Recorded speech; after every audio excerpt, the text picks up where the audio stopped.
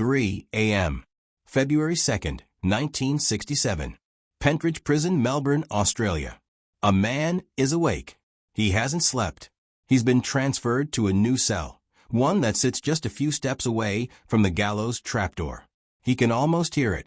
The wood, the rope, the mechanism, all waiting for him.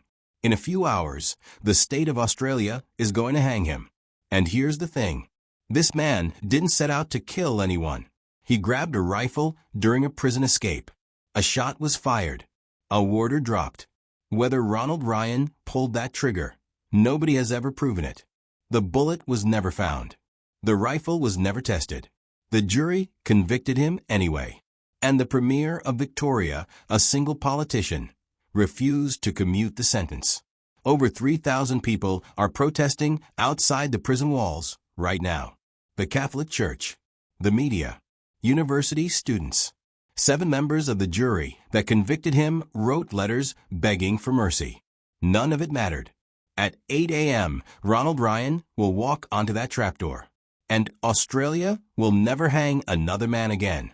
Before we go inside Pentridge, if you're into true crime cases that actually changed history, cases where the system failed and everyone knew it, subscribe right now.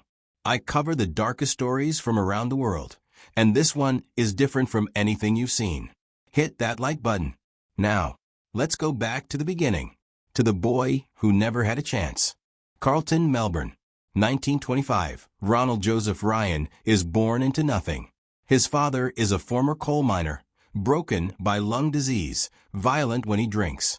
His mother is a domestic servant. They are poor. They are unstable. They are not equipped to raise a child. Ryan's father beats him regularly. His mother neglects him. The house is cold.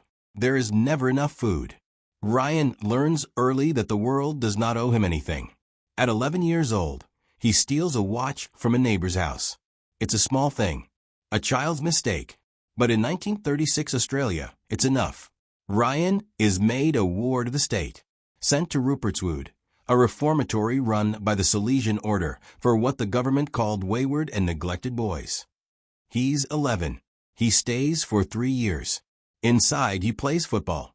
He joins the choir. He captains the cricket team. He's not a monster. He's a kid trying to survive the only way he knows how. But the system has already labeled him. Once labeled, you never escape it. By his 20s, Ryan is back in Melbourne. He works as a laborer. He marries a woman named Dorothy. They have 3 daughters. On the surface, he looks like any other working-class man trying to build a life. But underneath, Ryan is drawn to something else. He wants to be somebody. He wants to be respected. He starts dressing in expensive suits, silk ties, a fedora. He carries himself like a man of consequence, even when he has nothing. He wants to be known as the leading criminal in Australia. It's not ambition born from intelligence. It's ambition born from a childhood that taught him the only way to matter is to take what you want. By the late 1950s, Ryan is gambling, heavily. The debts pile up. He turns to crime to pay them. Shop robberies, safe cracking. He's good at it. Too good. By 1959, he's running a gang. They hit shops and factories across Melbourne. It's only a matter of time before the police catch up. 1960, Ryan is arrested, sentenced to 8.5 years for robbery. He goes to Bendigo prison. And here, for the first time, something changes. Under a governor named Ian Grindlay, Ryan starts to behave. He studies. He works toward his matriculation, his final school qualification. He plays sport. He reads. The authorities mark him as a model prisoner. By 1963, he's released on parole. He gets a job as a clerk. For 2 months, he shows up. He does the work. He is, by every measure, trying. Then one day, he goes to lunch. And he never comes back. He starts robbing butcher shops, blowing open safes with explosives. Within weeks, he's been arrested again. This time, sentenced to 8 years. Back inside. Back in the system. The door closes again. 1964, Pentridge Prison. Melbourne's most notorious facility. Bluestone walls. Cold corridors. Decades of suffering baked into the walls. Ronald Ryan is placed in B Division, and it's here that he meets Peter Walker. Walker is younger, tougher, already serving 12 years for bank robbery. The two men talk. They watch the guards. They study the routine. They notice the pattern. Every year, around Christmas, the warders hold a party. Security drops. Guards rotate in shifts. The walls are the same, but the eyes watching them aren't. Ryan's wife is divorcing him. His daughters have stopped visiting. The last thread connecting him to a normal life is being cut, and something breaks inside him. He decides to escape. Hold on. Before we get to the escape, this is where it all falls apart. I need you to subscribe if you haven't already, because what happens next is the part that changes everything. And I post stories like this every single week. Drop a comment. Do you think Ryan deserved to die? Keep watching. Sunday, December 19th, 1965, 2 p.m. The warders' Christmas party is in full swing. Guards are drinking. The atmosphere is relaxed. Security is thin. Ryan and Walker move. They've prepared for this. They've trained physically inside the prison, building stamina, practicing agility. They have improvised tools. Pipes from the prison plumbing. A rope made from torn and knotted blankets. They scale the inner wall of D Division, reach the guards' walk on the roof, and they come face to face with Warder Helmut Lang. Lang is alone at the number 1 sentry post. His .303 Lee Enfield rifle sits in the rack on the wall. Ryan grabs it, points it at Lang, demands he open the gate. Lang fumbles, pulls the wrong lever. Ryan forces him. The gate opens. They're on the outside of the inner wall now, but there's still the outer wall. Another warder, George Hodson, comes out of the party. He spots the two escapees. He doesn't sound the alarm.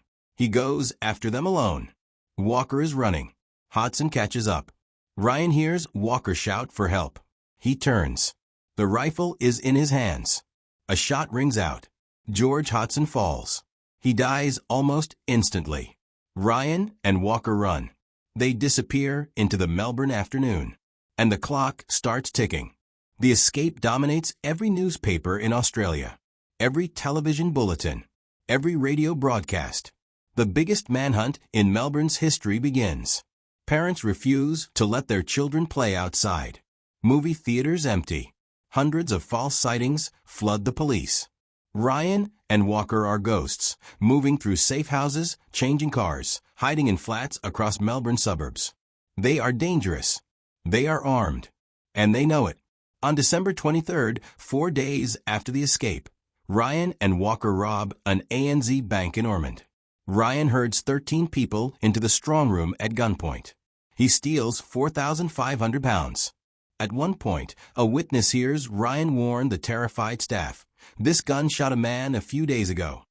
On Christmas Day, Walker kills a man named Arthur Henderson, a petty criminal who recognized them. Henderson is found dead in a toilet block in Albert Park. 2 murders now. 1 warder. 1 civilian. The net is closing. January 5, 1966. Sydney. 19 days on the run. Ryan and Walker have fled Melbourne, hoping the panic has died down in the south. But a tip-off reaches police. They are spotted near Concord Hospital. Armed officers move in. Ryan and Walker are arrested without resistance. Handcuffed. Extradited back to Melbourne. The manhunt ends. But the real fight, the one that will tear the country apart, hasn't even started. March 1966. The Supreme Court of Victoria. The Queen versus Ryan and Walker. Ryan pleads not guilty to murder. Walker pleads not guilty to murdering Hodson. And here is where the case starts to crack. The Crown presents no scientific evidence. Ryan's rifle is never tested by ballistics experts. The fatal bullet is never recovered. The spent cartridge casing is never found. There is no forensic proof, none, that Ronald Ryan fired the shot that killed George Hodson. The prosecution's case rests entirely on eyewitness testimony. 11 witnesses take the stand. Each one gives a different account of where Ryan was standing. Each one contradicts the others. But there is another detail. Another warder, Robert Patterson, admits that he fired his own rifle at the escapees during the breakout. A shot was fired from the number 1 tower. Everyone agrees only one shot was heard. If Patterson fired and only one shot was heard, then it's possible, even probable, that the bullet that killed Hodson came from a prison guard, not from Ryan. The jury deliberates for 12 days. They convict Ryan of murder, Walker of manslaughter. The judge sentences Ryan to death. The death sentence lands. But in Australia, death sentences are almost never carried out. Since 1951, 35 people had been sentenced to death. Every single one had their sentence commuted to life imprisonment. It was standard practice. The Victorian cabinet, the Premier's cabinet, would review the sentence, and they would commute it every time. Until now, Premier Sir Henry Bolt looks at the Ryan case, and he decides not to commute. He decides Ronald Ryan will hang. Bolt is a hard man, a politician who built his career on law and order. Some say he was furious about the embarrassment Ryan's escape had caused his government. Others say he wanted to appear tough before the 1967 state election. Whatever the reason, Bolt sets his jaw, and he doesn't move. Not once. The opposition begins immediately, and it comes from everywhere. The Catholic Church publicly opposes the execution. Anglican bishops sign letters begging for mercy. Protestant ministers join them. The Melbourne Herald campaigns against it. The Sun campaigns against it. The Age campaigns against it. University students march. Union leaders protest. The federal opposition condemns it. Liberal MPs, members of Bolt's own party, write private letters urging him to commute. 7 members of the jury that convicted Ryan sign a petition asking the Premier to spare his life. 18,000 people march through Melbourne streets. 12,000 sign a formal petition. 1,000 people storm Victoria's Parliament House. Bolt's house requires 24-hour police protection. The entire country is watching. The entire country is divided. And Bolt does not budge. Ryan's lawyers fight. They fight hard.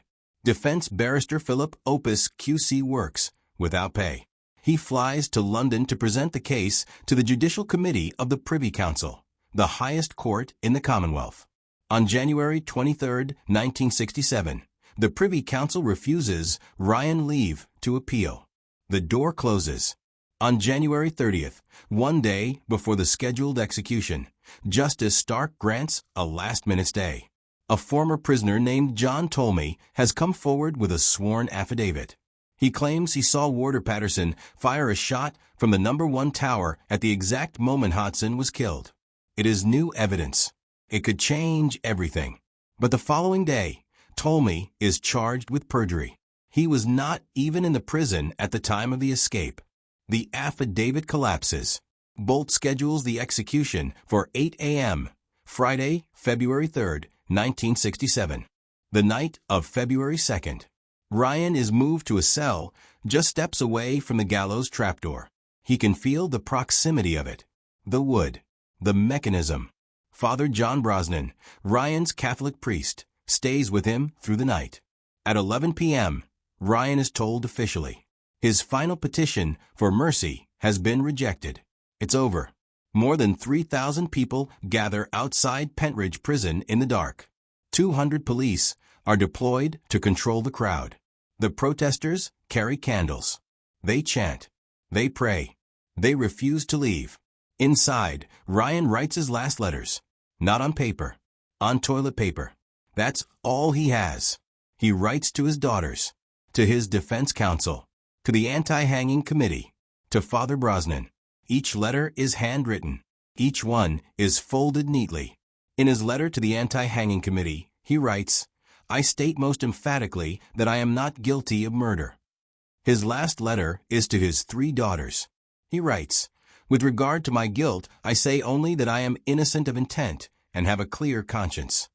His daughters have not been allowed to see him before the execution. They will never see their father alive again. 7 a.m., February 3, 1967. Pentridge Prison, D Division. The gallows room. Ryan is brought out. He is calm, composed. He has refused a sedative. But he accepts a small glass of whiskey. He drinks it. He walks onto the gallows trapdoor. He stands. He looks at the hangman. And Ronald Ryan speaks his last words. "God bless you. Please make it quick." The hangman pulls the lever. The trapdoor drops. Ronald Ryan falls. At 8 a.m., he is dead. 11 official witnesses watched it happen.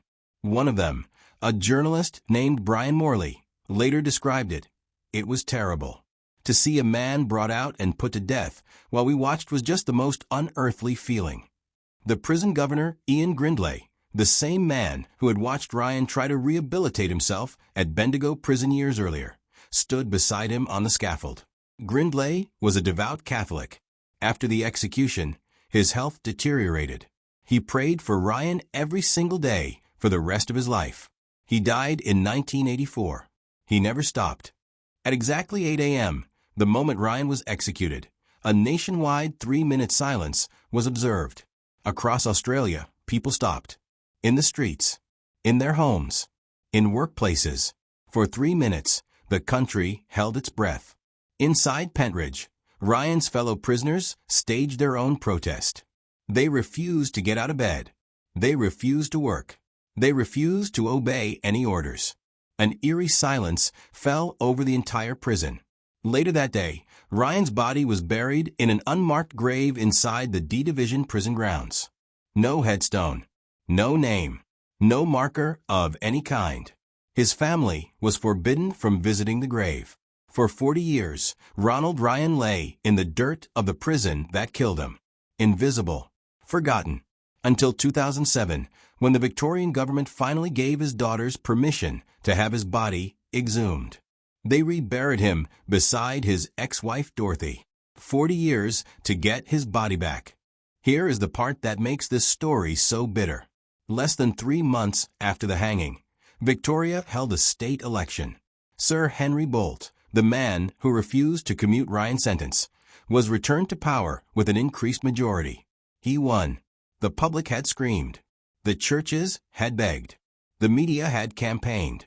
7 jurors had petitioned. And Bolt won anyway. Politics. That's what this was. The judge who sentenced Ryan, Sir Justice John Stark, said it himself. Bolt insisted the sentence be carried out. It wasn't justice. It was a political decision made by one man, and that man paid no price for it. But Ryan's death did something Bolt didn't expect. It didn't just end one man's life. It cracked the foundation of capital punishment in Australia. The public outrage didn't fade after the execution. It grew. The anti-death penalty movement gained momentum across the country. In 1973, the federal parliament passed the Death Penalty Abolition Act, removing the death penalty at the national level. States began removing it from their own books one by one. 1968, 1971, 1974, 1975. Victoria itself abolished the death penalty, the same state that had hanged Ryan 8 years earlier. By 1985, New South Wales became the last state to abolish it. Australia was officially an abolitionist country. In 1990, Australia ratified the second optional protocol to the International Covenant on Civil and Political Rights, a binding international commitment. The death penalty can never come back. Ronald Ryan, a career criminal, a man who grabbed a rifle during a desperate escape, became the reason an entire nation stopped killing people. Did Ronald Ryan fire the shot that killed George Hodson? The truth is, nobody knows. The bullet was never recovered. The rifle was never forensically tested. Warder Patterson admitted firing his own weapon.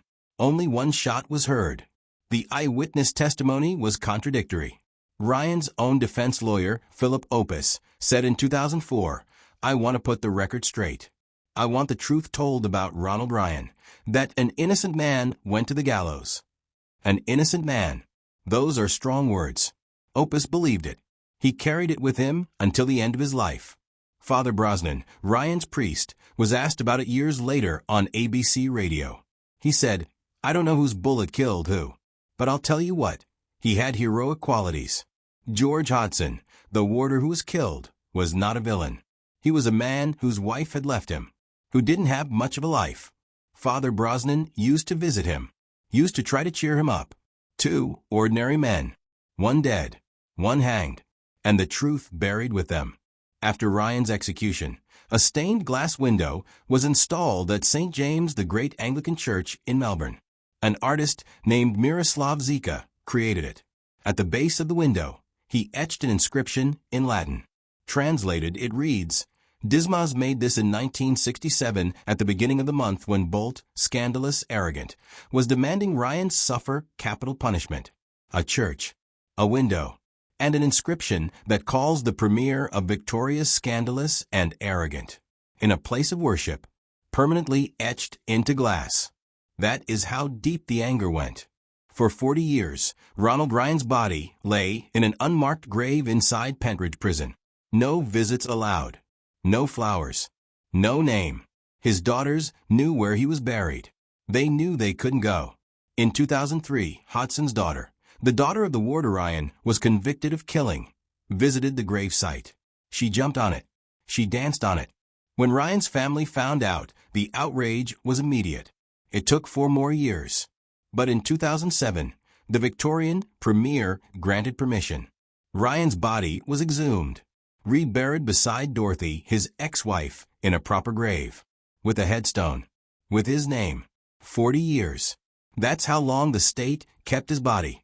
Ronald Ryan's execution is a final entry in the Particulars of Execution Book, the official record that Victoria kept of every hanging carried out between 1894 and 1967.